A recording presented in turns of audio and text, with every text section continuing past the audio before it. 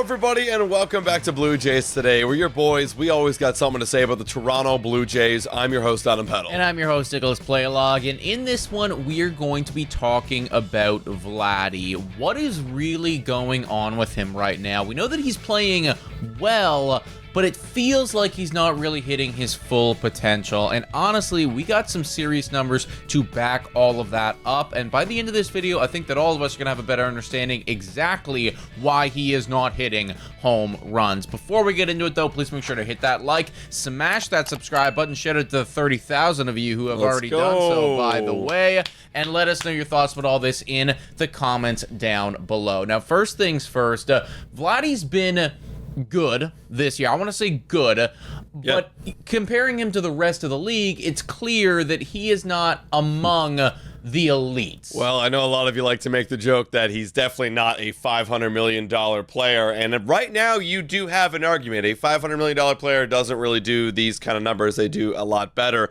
Just looking at just OPS right now, he is ranked 59th in all of baseball in that category. You know, he's got 8 home runs. We talked about on the Blue Jays Today show. That's on pace for 18 home runs this year. Not enough. That's not enough for a guy getting paid as much as he is. But again, it's still early in the season. We've got a lot of time. And, you know, you look at the numbers overall and you look at the rest of his career, they are, you know, around the floor. You know, I look back at that 2023 season and he's kind of on pace for that, if not even worse in terms of the slug. So there's a lot of concern going on with Vladdy. And there's a lot of theories out there right now just circling around like why Vladdy's doing so bad. And a lot of people always call him ground out Guerrero, you know, ground out with worm killer. That's actually not the problem. You know, he's actually grounding out the amount that he did last year, and he had a slugging that was just fine. So that's not the problem with Guerrero. That was the issue. Like when he came up, when he was a rookie, and then the following year, that was definitely the concern. You know, he was hitting the ball harder than anybody, but it just kept getting hit on the ground, and that launch angle was terrible. Yeah. He put in some offseason work, and we saw that launch angle change in 2021, and honestly, since then, the launch angle really hasn't been the issue. This year, it's all got to do with the aggression from Vladdy. Maybe it's like the Guillermo Martinez effect that's still rippling through him, and he hasn't been able to get that out of his system yet. But for whatever reason, this year, Vladdy is just way more passive than he's ever been. Very, very passive. He's actually got career lows in a lot of these swing categories, everybody. 41.8% in swing percentage compared to his 48% that he's usually been doing. And when the ball is in the zone, again, another career low of 62.2%. Now, early in the season, we're like, dang, Vladdy's got a incredible chase percentage because it's so low. Well, when you're not swinging the ball that much, you know, obviously you're going to have a low chase percentage, or swinging the bat that much, you're going to have a low chase percentage. And yeah, sure, it's created him to have a great walk rate and whatnot and have a great on-base percentage of 375, almost 101 points higher than his batting average. But that's not exactly what we're looking for, Vladimir Guerrero Jr. We're looking for him to be a lot more aggressive, and it feels like he's really taken, a back seat in that approach. 100%, man. Now, we do need to give some major shout-outs and credit here to this article by Sportsnet. Like, phenomenally written article here by Nick Ashbourne. This was posted roughly a week ago. I highly recommend that you go check this thing out because, honestly, it indicated to us a couple key statistics to look at. And the one thing here is the fact that Vladimir Guerrero Jr. this season in particular, he is sending a lot of balls to the opposite field. He's not seeing the results from that opposite field hits. He's not getting, the typical results as he's had in the past. As we can see, he's got a 349 slug on those opposite field balls.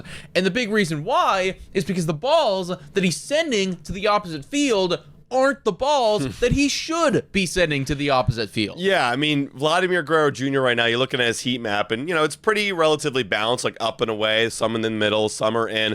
But when he's getting pitched inside a lot, he's sending those balls to the opposite field. You can see right here from this statistic, middle third and middle inside pitches in 2025.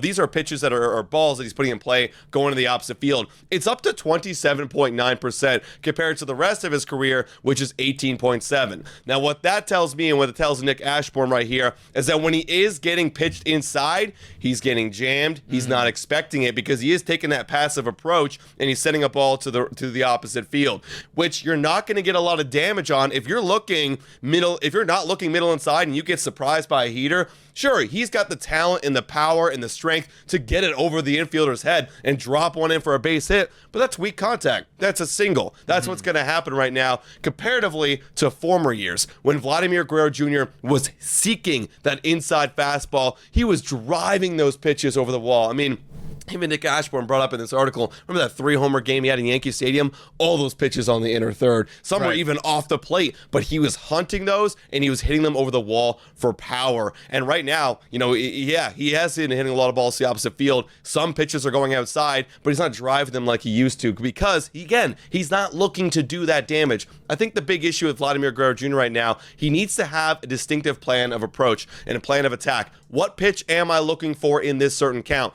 Can I get it? You're patient enough to get into a good count. We know that for sure. You need to then decide what pitch you're going to hit and hit it hard. That's the thing, right? Like, Vladdy is honestly matured into becoming, I think, like a very consistent hitter this year, right? We're seeing him be consistent. I mean, he had that, what was it, like 30-odd game on base streak, right? You know, I know that that's not there anymore, but like it was for a long period of time. Vladdy was just consistently doing it, and he's shown a lot of patience, which is something that, you know, in earlier years you didn't see, right? He was swinging at the sliders like down and away, so I'm glad that's not necessarily in his game anymore. But to become that complete hitter, to become that $500 million guy, you have to know when to take your walks, but you also have to know when to absolutely attack somebody. And I feel like that is the one element that's missing, is that like just millisecond of hesitation from him that is then causing these balls to go to the opposite field for not as much power, when realistically we'd love to see him start pulling some of these things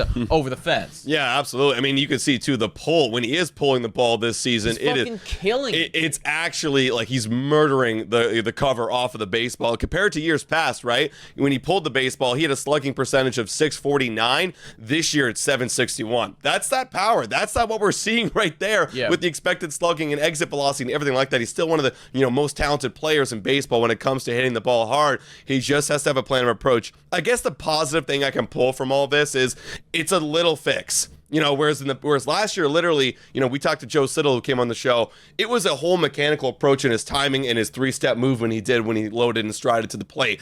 This year, he's doing the exact same swing. That's not what's changed. It's just the plan of approach. And if you could change that plan of approach, I guarantee you're going to see him being worth $500 million. Yeah, and honestly, like, that is something to note as well, right? Like, a lot of the numbers that, you know, that are good are almost exactly the same as what they were when he had a 940 OPS last year, right? So we are seriously talking here about milliseconds of difference that is causing him to push the ball to the opposite field rather than pulling it and, you know, seriously attack that thing.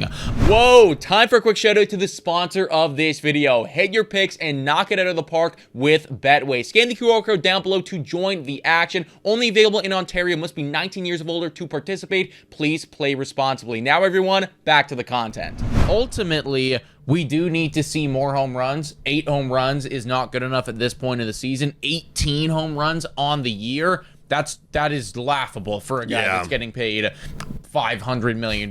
So those numbers do need to improve. The good news is, like you said, it's not like there's some major issues with this guy's swing. We are talking about minute fixes.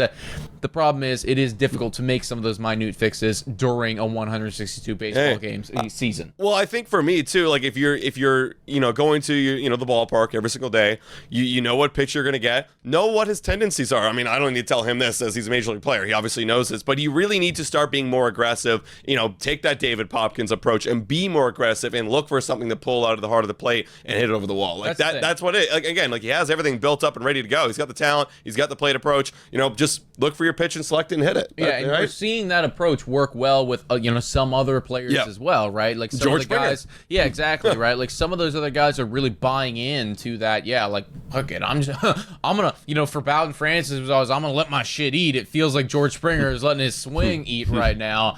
You're Vladimir Guerrero Jr., dude. Like, you are miles ahead of some of those other guys, and just in terms of raw talent alone. So if you let your swing eat, I promise you we are going to see the results. Guys, let us know your thoughts in the comments down below about Vladimir Guerrero Jr. Do you believe in this, or are you still believing like, oh no, he just hits ground balls and that's why he sucks? I think you guys got to take into consideration the advanced metrics and know that Vladdy is not too far away. But please let us know your thoughts in the comments down below. Hit that like button, smash that subscribe button. $4 a month, become a YouTube member. Shouldn't thank you to all of our current YouTube members. You guys are amazing. Guys, thank you so much for watching. And as always, go Jays, go!